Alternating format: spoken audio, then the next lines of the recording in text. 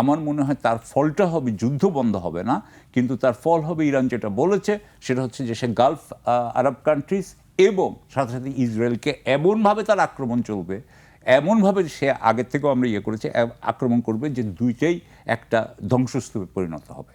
এখন আমার কথা হচ্ছে যে আমরা যতটুকু জানি, এটুকু বলে আমি শেষ করব, ফুয়াদ বলবে যে ডোনাল্ড ট্রাম্প যেহেতু স্টক মার্কেট, ব্যবসায়ীদের স্বার্থ, এটা তার কাছে একটা অত্যন্ত বড় গুরুত্বপূর্ণ বিষয়। আমি আশা করি যে তার যারা আপনার স্টক মার্কেটে যারা তার বন্ধু বা তার গ্রুপের সদস্য, তারা তাকে বুঝাবে যে যদি গালফ কান্ট্রিজগুলো, অর্থাৎ এই গালফ কান্ট্রিজগুলো যদি একেবারে ধ্বংস হয়ে যায়, তাহলে কিন্তু আগামী 4-5 বছরে কিন্তু মানুষ পৃথিবীতে কেউ তেল পাবে না, গ্যাস পাবে না, প্লাস্টিক্স পাবে না, সালফার পাবে না, কিচ্ছু পাবে না, আগামী 4-5 বছর পাবে না।